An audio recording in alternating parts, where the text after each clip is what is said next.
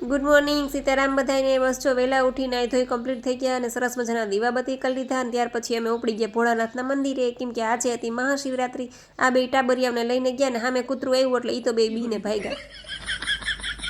સૌથી પહેલાં તો ભોળાનાથના દર્શન કર્યા, પૂજા કરી, ધૂપ દીપ અગરબત્તી ફૂલ બીલીપત્ર જળ દૂધ વગેરેથી પૂજા કરી અને પછી અમે પીપળે પાણી રેડવા ગયા. અને આપણે જેમ કરીએ ને એમ અમારા બે ટાબરિયાઓને કરવું એટલે એણે પણ જો પીપળાને જળ ચડાવી દીધું. પછી મેં પણ પીપળાની પૂજા કરી અને ત્યાંથી સીધા રવાના થયા અમારા જેઠના ઘરે, કેમ કે બપોરે ત્યાં જમવાનું હતું. અને જમવામાં આજે ફરાળમાં તો હતું રાજગરાના લોટની પૂરી, શ્રીખંડ, ચેવડો, છાશ, સૂકી ભાજી, મીઠો ને તીખો ચેવડો, ગરમા ગરમ મરચાં તળેલા. અને આ બે ટાબરિયાઓ સોફા ઉપર ચડીને ખાધું. અને પછી ઘેરે આવી થોડી વાર આરામ કર્યો. તા સાંજ પડતા મારા મમ્મીના ઘરેથી ફોન આવી ગયો કે રાતનું જમવાનું અહીંયા રાખજો. એટલે અમે રહ્યા મોઢાના મોરા, ના તો પાડી ન હોય. વળી મારા મમ્મીને ત્યાં આજના મેનુમાં હતું બીટના લાડવા, માંડવી બટેટાની ખીચડી, શક્કરિયાનો શીરો, બાફેલા શક્કરિયા, તળેલા મરચાં, વેફર બધું. Like share and subscribe. Sitaram, આવજો.